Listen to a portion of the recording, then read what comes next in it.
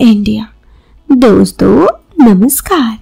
दोस्तों आज की ये कहानी किसी की ज़िंदगी की एक बहुत ही सच्ची और इंटरेस्टिंग कहानी है जो मैं आप सबको बताने जा रही हूँ। तो ये कहानी आपको कैसी लगी ये आप मुझे कमेंट बॉक्स पर कमेंट करके ज़रूर बताना, और कहानी के पसंद आने पर आप इस वीडियो को लाइक कर सकते हो, और चैनल पर पहली बार आए हो तो चैनल को सब्सक्राइब भी कर सकते हो। चलो दोस्तों अब इस कहानी को शुरू करते हैं। इस कहानी को शुरू करने से पहले एक और बात, कहानी सुनते वक्त आप ईयरफोन या फिर हेडफोन का उपयोग करना। इससे इस कहानी की ऑडियो क्वालिटी आपको पसंद आएगी जब आपके कानों तक पहुंचेगी। चलिए इस कहानी को शुरू करते हैं। दोस्तों ये कहानी अनुराग की है। अनुराग कहता है कि मेरे घर के पास मेरी ताई जी हमारे घर की कुछ ही दूरी में रहते थे। उनके 2 पुत्र थे, एक का नाम संजय और दूसरा का नाम था राघव। संजय भैया बड़े थे और उनकी शादी की बात चल रही थी। हमारे दूर की बुआ जी ने संजय भैया के लिए एक रिश्ता भेजा था। लड़की का नाम मोहिनी था। लड़की वाले वैसे तो मुंबई के चौपाटी के थे, लेकिन लड़की के मामा जी दिल्ली में रहते थे। तो ये तय हुआ कि मामा जी के घर दिल्ली में ही लड़की को दिखाया जाएगा। फिर वो दिन भी आ गया। हम सभी संजय भैया के लिए लड़की देखने दिल्ली चले गए। वहां जाकर मैं चुपके से भाभी वाले कमरे की ओर ताका झाकी करने लगा। वहां पहले से काफी लड़कियां थीं, इसलिए मुझे पता ही नहीं चला कि मेरी होने वाली भाभी कौन है। थोड़ी देर बाद हाथों में ट्रे लेकर एक सांवले रंग की लड़की ने कमरे में प्रवेश किया, तो मैं समझ गया ये मेरी होने वाली भाभी है। दोस्तों वो देखने में बहुत ही खूबसूरत लगी मुझे। हाँ, रंग उसका सैवला था, लेकिन तिरछे नए आकर्षक कद और सर पे पल्लू लिए वो बहुत ही बिंदास किसी हीरोइन की माफी बहुत खूबसूरत लग रही थी। मैं मन ही मन प्रश्न हो रहा था, तो साथ ही साथ संजय भैया की नजरें भी कहीं ना कहीं भाभी की ओर देखे जा रही थी। भाभी ने आगे बढ़कर सभी को नमस्ते कहा और सोफे पर बैठ गई। सभी को भाभी पसंद आई। घर के बड़े लोगों ने कहा, संजय ये तुम कुछ बात करनी हो तो कर लो। संजय भैया बोले ठीक है। फिर वो दोनों थोड़ी देर के लिए एक दूसरे कमरे में चले गए। इस प्रकार भैया भाभी का रिश्ता पक्का हो गया। कुछ दिन बाद ही शादी तय हुई। भैया की शादी के कारण मैं कुछ दिनों से कुछ ज्यादा ही ताई जी के घर आने जाने लगा था। तो मैं सोच रहा था कि भैया और भाभी से थोड़ा बातचीत कर लूं, मगर जब तक भाभी आती तब तक मुझे कुछ समझ में नहीं आ रहा था। ताई जी के पड़ोस में एक लड़की रहती थी। उसका नाम था हिमानी। जब से मैंने उसे देखा तो मैं उसकी तरफ कुछ ज्यादा ही आकर्षित हो गया। मेरी हालत इतनी खराब हो गई कि मैं दिन भर उसके बारे में सोचते रहता। दिन में एक ना एक बार जब तक मैं उसे देख ना लूं मुझे चैन नहीं आता। मैंने सोच भी लिया था कि मोहिनी भाभी को तो बाद में देखूंगा, पहले तो हिमानी को ही पटा के छोड़ूंगा। इसलिए अब मैं उससे मिलने का कोई मौका नहीं छोड़ता। मैं उसके आगे पीछे घूमने लगा।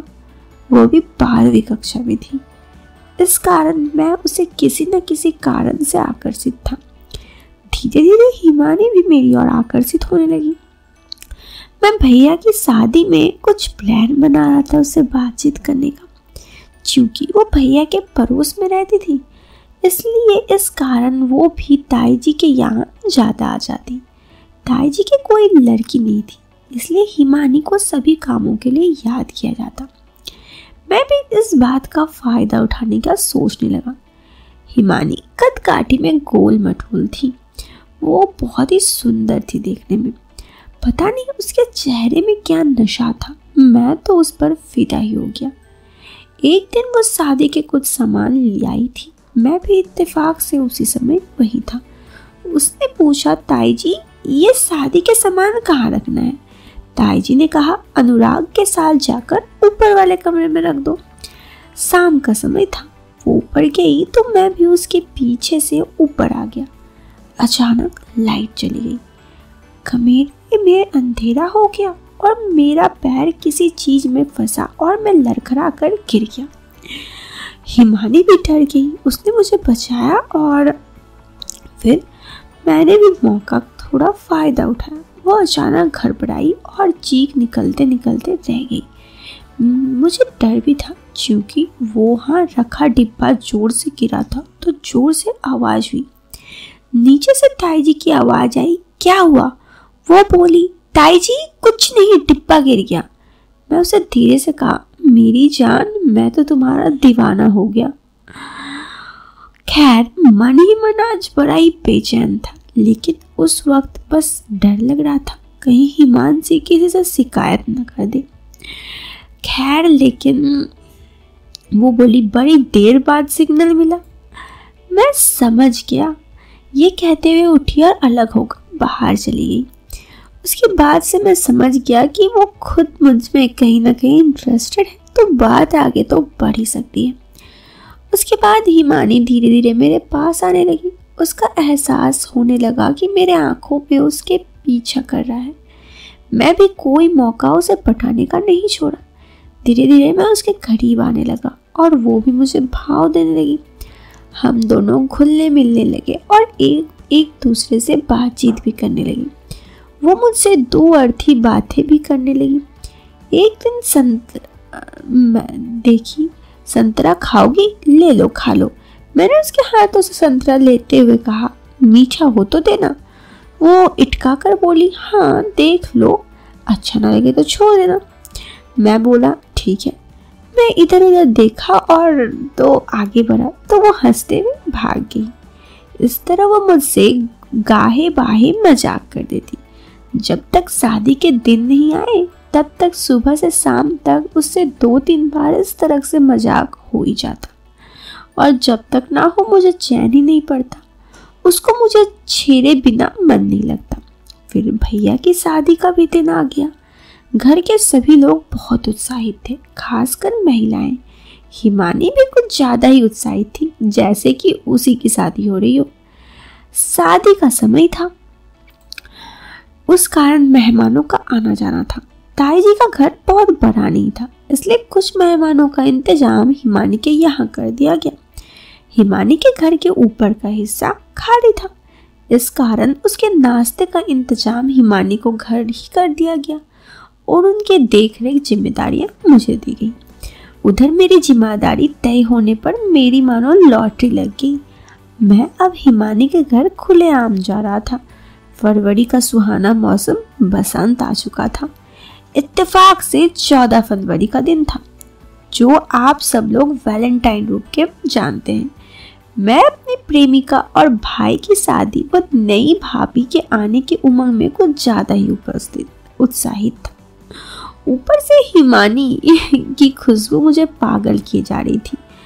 वो भी हिमानी के घर ही में था। मेरा मन बहुत ही प्रसन्न और उद्दोहित था। मेरे भावनाएं बार बार बेचैन कर रहे थे। कैसे हिमानी से आगे बात बढ़ाऊं, कैसे आगे क्या करूं। तभी भगवान भी उस दिन मुझ पर कुछ ज्यादा ही मेहरबान थे। शायद मेरी दशा देखकर उन्हें मुझ पे तरस आ गया होगा। ताई जी के घर में वॉशरूम एक ही था, इस कारण वहाँ बड़ी भागदौड़ हो रही थी। ताई जी ने मुझसे कहा कि कुछ लोगों के नहाने का प्रबंध हिमानी के यहाँ कर दो। मैंने कहा, ठीक है ताई जी। मैं हिमानी के घर गया तो वहाँ पे हिमानी की मम्मी थी। मैंने कहा, आंटी, ताई जी ने कहा है आपके यहाँ कुछ लोगों के नहाने का प्रबंध करने। तो वो बोली, बेटा कोई बात नहीं, ऊपर का वॉशरूम साफ है और खाली है। जो भी कोई नहाना चाहे ऊपर वाले बाथरूम में नहा सकता है। मैं हिमानी से कहकर गर्म पानी का प्रबंध करा देती हूँ। कुछ मेहमान वहाँ नहाने चले गए, मुझे भी नहाना था, इसलिए मैं भी कपड़े लेकर आ गया। कुछ देर ही में मैं ऊपर सब खाली थे, सब लोग नहाकर चले गए। मैं भी नहाने के लिए अकेले बच गया। बाथरूम में गर्म पानी खत्म हो गई थी तो हिमानी की मम्मी ने से कहा, आंटी जी ऊपर तो गर्म पानी खत्म हो गई। वो बोली, बेटा कोई बात नहीं, मैं अभी हिमानी के हाथ भेज देता हूँ। मुझे जरा तेरी ताई के यहाँ जाना है तो हिमानी से कहकर पानी ले लो। ये कहते हुए उन्होंने हिमानी को आवाज़ देकर पानी देने के लिए कह दिया। हिमानी के घर का वॉशरूम कमरे के अंदर की ओर था। हिमानी के लिए गर्म पानी लेकर चुपचाप वॉशरूम में आ गई। उस वक्त मैं बाथरूम में अपनी आंखें बंद किया हुआ था। खैर, हिमानी का नाम बार बार सोच रहा था और हिमानी के बारे में ही सोच रहा था। उसी समय हिमानी मेरे सामने खड़ी होकर मुझे देख रही थी। अचानक मेरी आंखें खुली और सामने हिमानी खड़ा पाया। मैं एकदम सकपका गया। मैंने हिम्मत करके हिमानी से कहा, मेरी जान, कितना दिनों से तुम्हारा दीवाना हूँ। हिमानी मन ही मन मुस्कुरा रही थी और बोली, अच्छा बताओ तुम्हें क्या चाहिए। मैंने तो बाहें ही खिल गई। जिसकी इतने दिनों से चाहत थी वो आज मेरे सामने थी। मैंने कहा, मेरी जान, मेरी सपनों की कल्पना, एक बार बस तुमसे अच्छे से मिलना चाहता हूँ।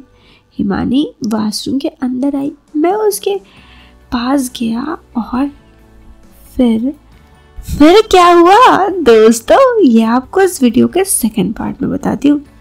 ये वीडियो ना काफ़ी बड़ी हो गई है तो इस वीडियो से लेती हूँ अलविदा। मिलते हैं नेक्स्ट वीडियो में। वीडियो पसंद आए तो आप वीडियो को लाइक करने के साथ चैनल पे पहली बार आए हो तो सब्सक्राइब जरूर करना। टिल देन मिलते हैं फिर एक नए वीडियो में। तब तक के लिए bye bye, take care, bye.